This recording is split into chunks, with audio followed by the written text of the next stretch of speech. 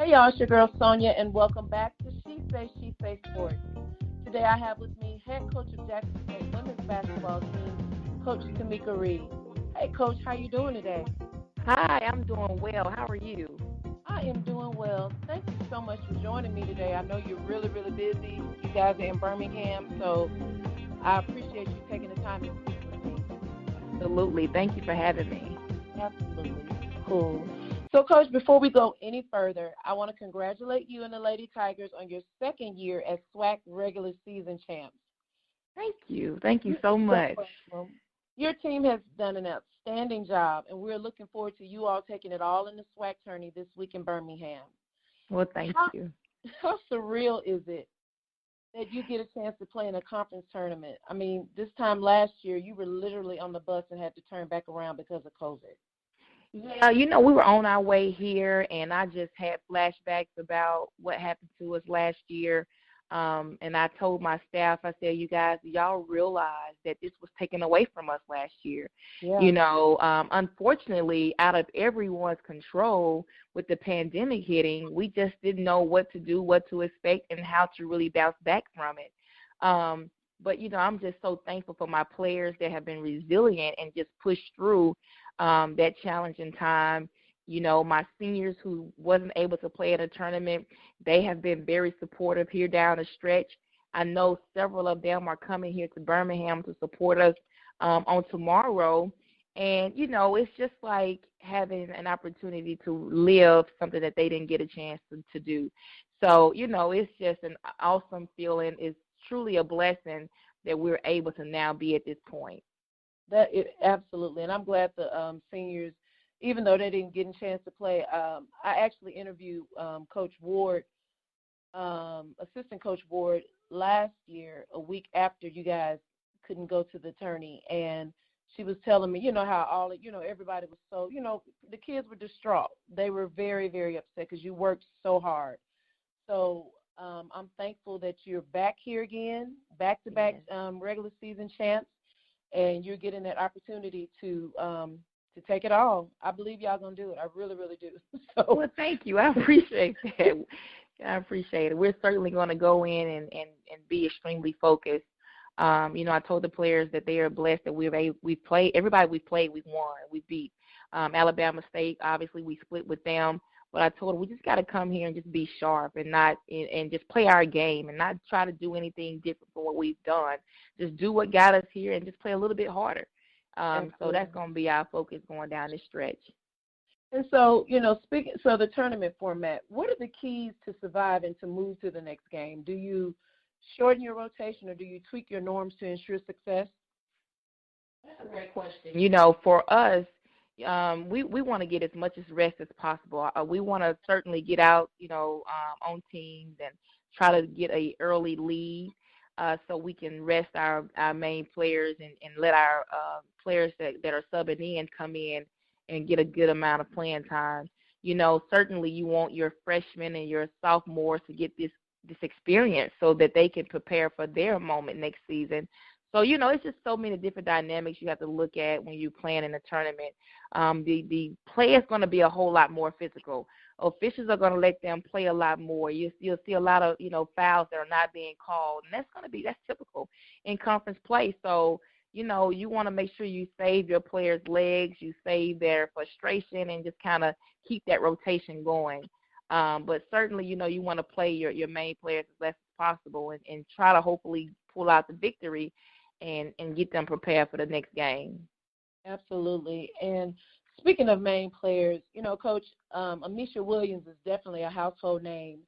And I love your guards, Daisha Rogan and Janiyah Talley. Am I saying her last name right? Talley? Yes, yes. They're so scrappy yet composed.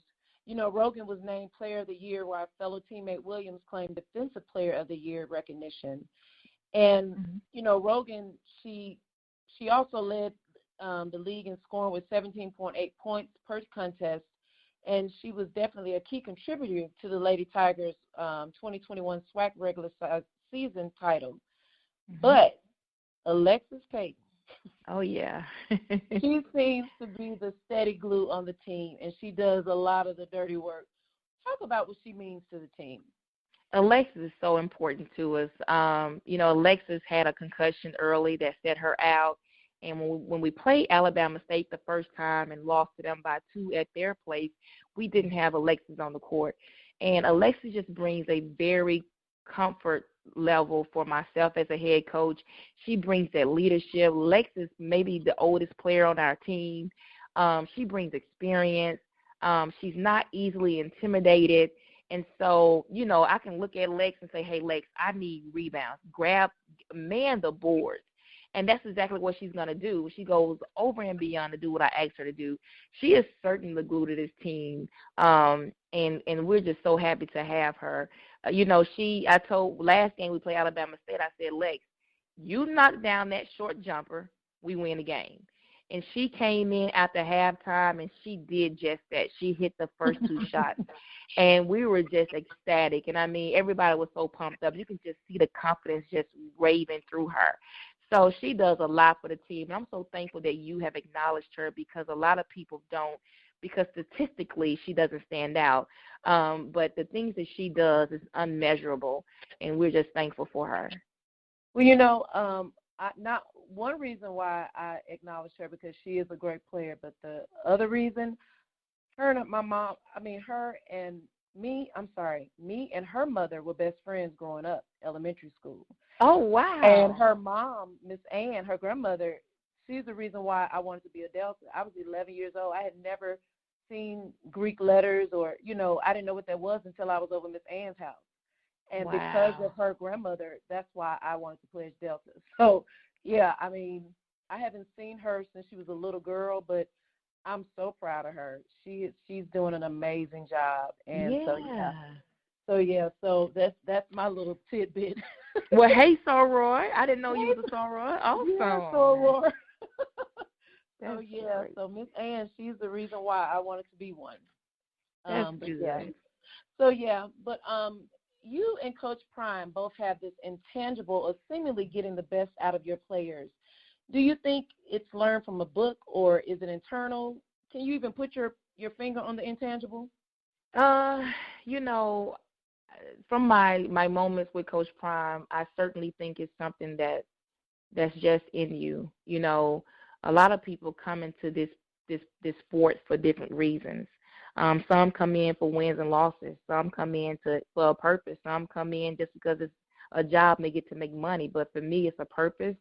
And, I feel, every program that I've been the head coach for, not every, but the last 2, the programs were down. And God just brought me in and and gave me the tools and the skill set to, revive, who we are as women, revive who we were called to be, and just allowing these players to see something greater, not only in them, but in things around them and not to be so entitled. So for me, I think it's just something that's just on the inside of me. It's just the nurturer that I am, and I want to make a difference.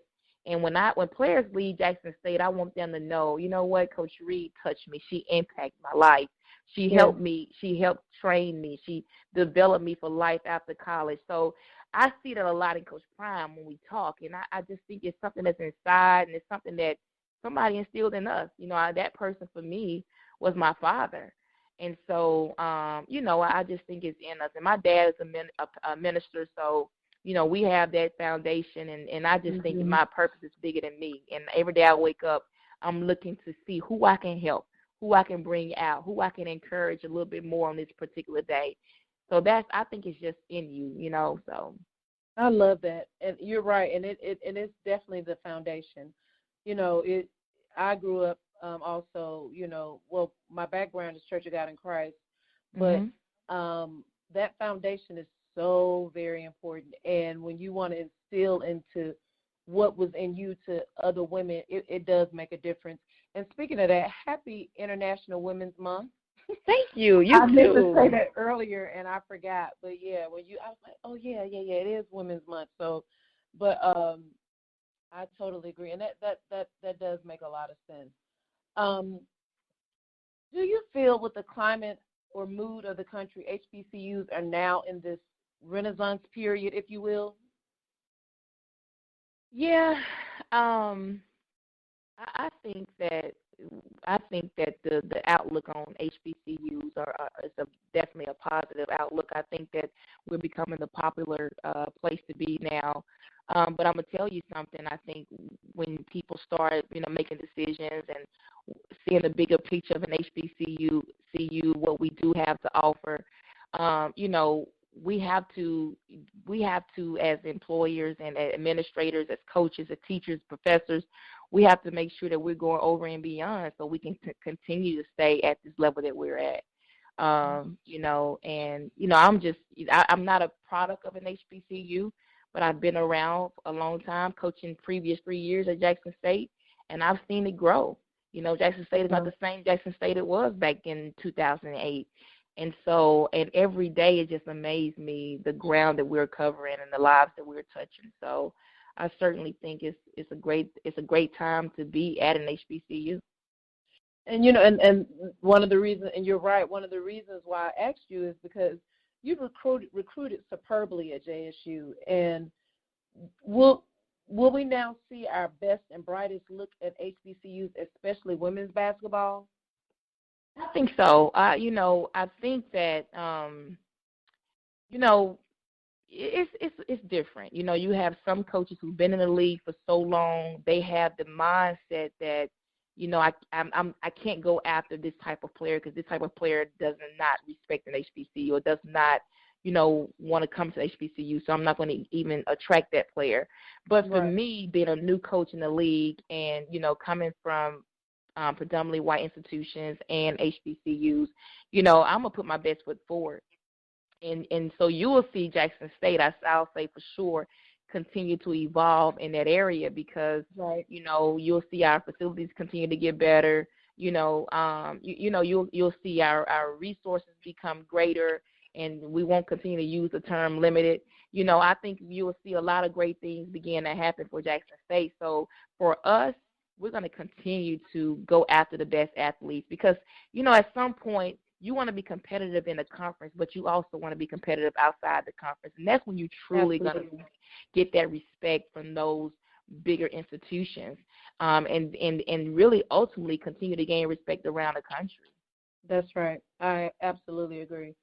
And you're right. I mean, it seems like all eyes are on JSU right now. And it's a good thing because it also puts eyes on the SWAC and other HBCUs. So I'm excited about it. I really am. And speaking of that, I just interviewed Coach Brent earlier, and I asked him this, and I have to ask you because you were a part of this historic moment. The success of JSU athletics right now, especially, the historic day, March 6th, 2021, never has the football team won coupled with the men's and women's teams clinching the regular basketball season titles, as well as the baseball team sweeping the conference rival. What is the general feeling that Vice President of Intercollegiate Athletics, Ashley Robinson, infused within the athletic department? Day one, when A.D. Robinson came in and met with the entire staff, the two things I remember most was his pillar of C's and what his expectations were of our staff and what he expected us to do. And the other thing I remember him talking about is, he wanted us to finish in the top 3 of the conference, and so he put these expectations out along with what he's going to do for us as coaches, what he's going to do for us at the university, how he's going to increase, our resources and make our facilities better. So in turn, this is what he wants, but this is what he's expected from us. And I took it extremely personal my first year because A.D. Robinson and I went to high school together, and I want to see him successful. He's from Mississippi. I'm from Jackson. Right. We had so much history. So I said, you know what? I want A.D. Robinson to be successful. Not only am I waking up to do this for, our team, my family, for the university, for the community. I wake up every day to do it for our athletic director. And when, I think we set the tone early in my first year. We were picked to finish 7th. And we finished third. We finished third in regular season. We finished 2nd overall. We got to the championship game, hadn't been in 12 years. We lost by 4, but the tone was set. Came back the second year and won it, and third year we won the championship. So, the tone was set, and it's truly exciting. But I'm going to tell you this, Sonja. What makes me so excited about it is this is what we've always been. Yeah. When I was an assistant coach at Jackson State back in 2008, we used to bring the Commissioner's Cup home to Jackson State. And a lot of people are not familiar with the Commissioner's Cup, but it's an award that's given to the university that has the most wins of points. So if you finish first in your conference, you get so many points. You finish second, you get so many points. We would have the most points, and we would bring the Commissioner's Cup home. And all the coaches would rally together. We would talk about that Commissioner's Cup at our staff meetings, and we took that thing real serious. And when I had my interview to be the head coach, I told them the Commissioner Cup has to be ours again. And that night, I called Coach Brent. I text Coach Brent all night. It was like 12 a.m. I said, Coach, I'm sorry. I know you sleep, but I'm so proud of you. You're so deserving of this moment. I'm happy for the university. So, it's not just about celebrating us, women's basketball. It's about celebrating each other. Absolutely. I love that. Coach, I really love that. You're right. A lot of people are not familiar with the Commissioner's Cup, and it's coming. I'm ready. Did we get it this season, or how do you do that? How does that work? Right, you'll get it after the season. So whenever the last sport in this spring, they'll tally the points up, and we'll see who gets the Commissioner's Cup. Yes. We getting it. Right. Period. Period. I like it. I love it. Well, Coach, I'm not going to hold you any longer. I know you are busy, but it has been a pleasure speaking with you today. Please tell the listeners how they can follow you on social media. I am on Twitter, and my Twitter account is Coach T. Reed. I'm also on Instagram. My Instagram account is Coach Tamika Reed. That's TOMEKIAREED. And on Facebook, I'm Tamika Reed. So please follow and our women's basketball page. We try to keep it updated as much as we can. We have to stay competitive with Coach Prime on social media. Oh yeah, everybody. Yes.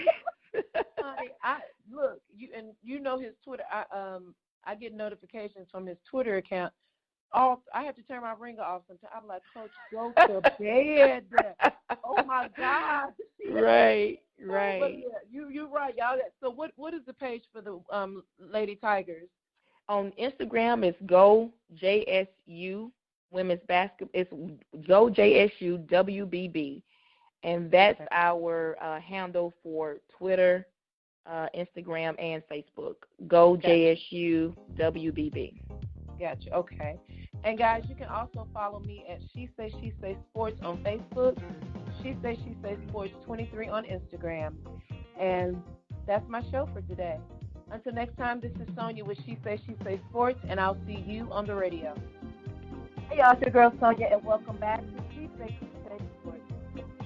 Today I have with me Jackson State University's head basketball coach, Coach Wayne Brent. Hi, Coach. Welcome back to the show. Hey, how you doing?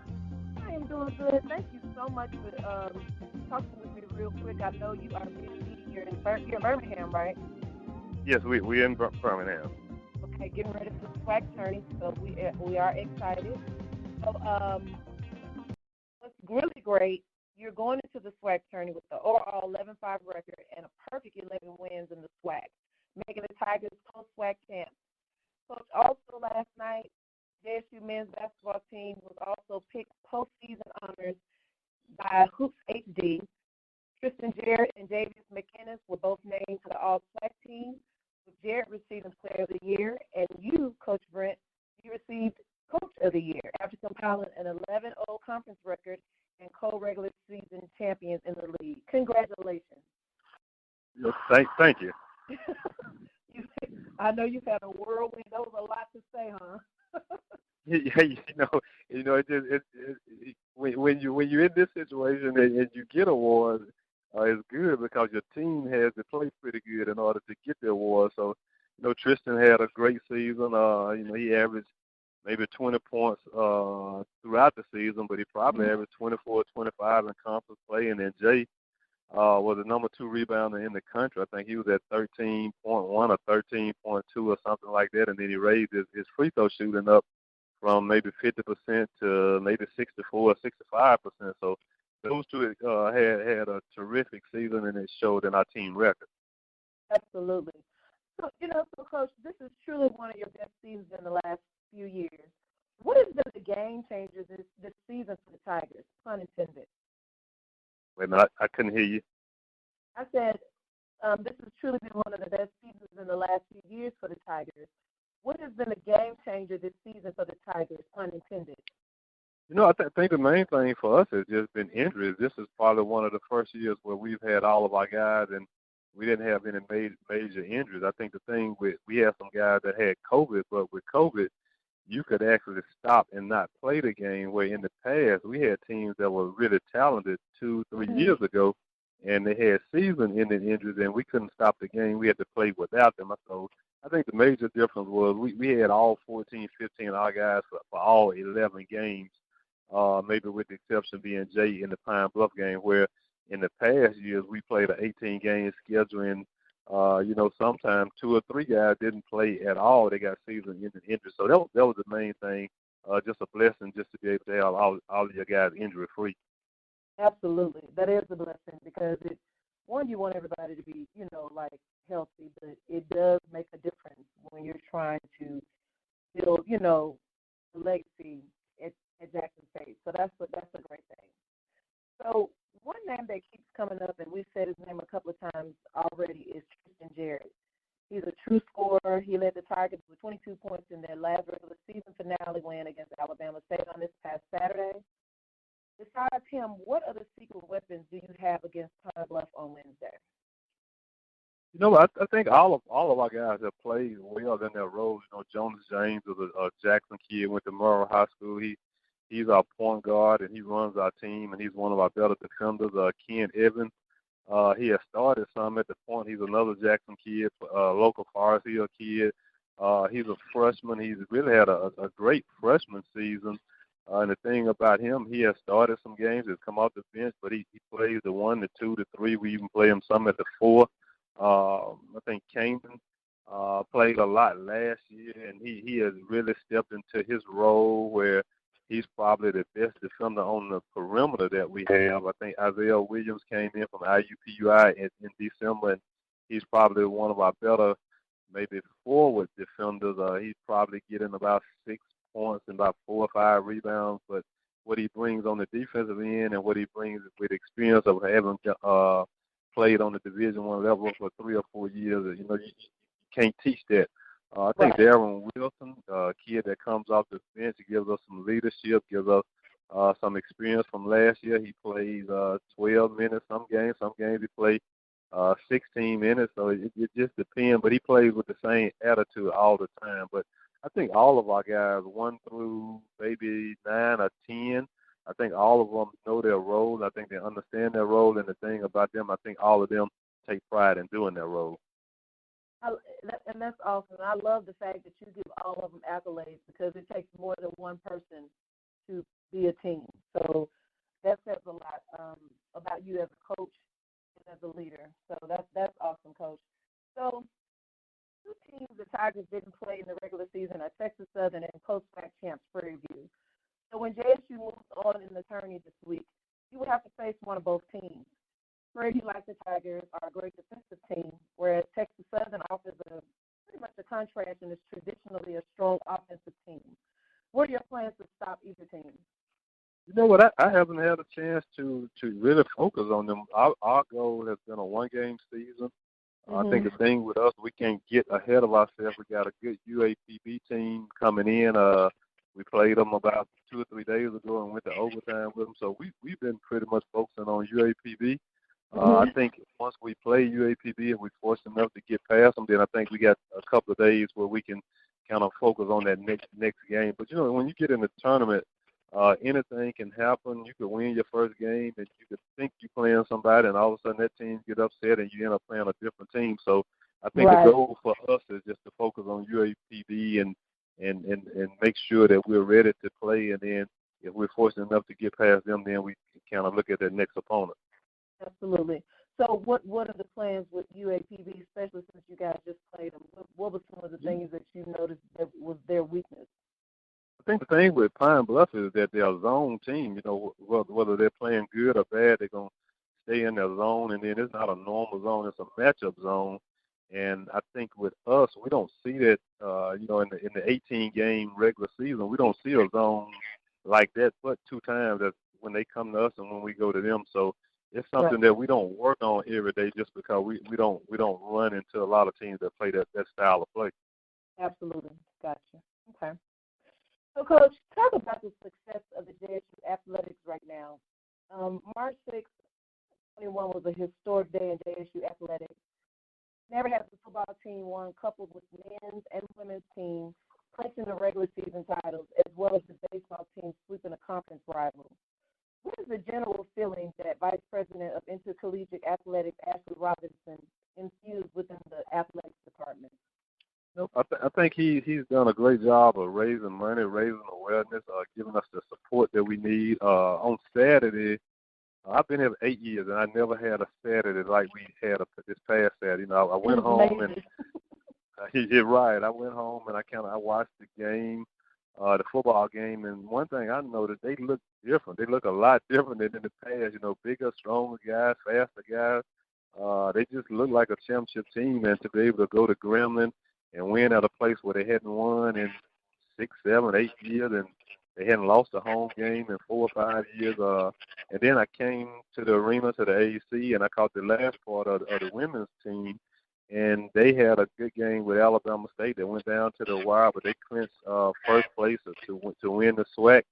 And then we followed that up, and you're talking about some pressure, watching the football game and then watching Coach Reed and the women win, and now all the pressure is turned to the men's basketball. So that probably was the most pressure that we had during the season, was falling up behind football and women's basketball on Saturday.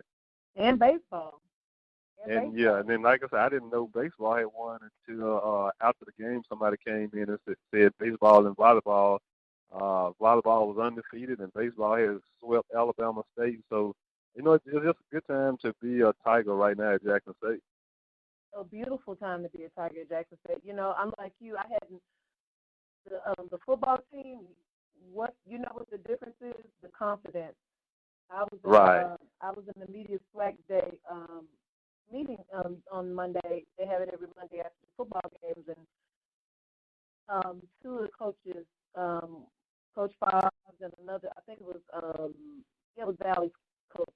They both said, you know, everybody's saying the difference of Jackson State's team now is the confidence, and they do look stronger and bigger. It just looks different. So it's amazing what confidence can do. Just, you know, take you to another place. So it was a beautiful thing. It felt like old times, seeing us win like that. It was an amazing day. So I totally agree with you. Coach, so how does COVID change the dynamic of sports as a whole?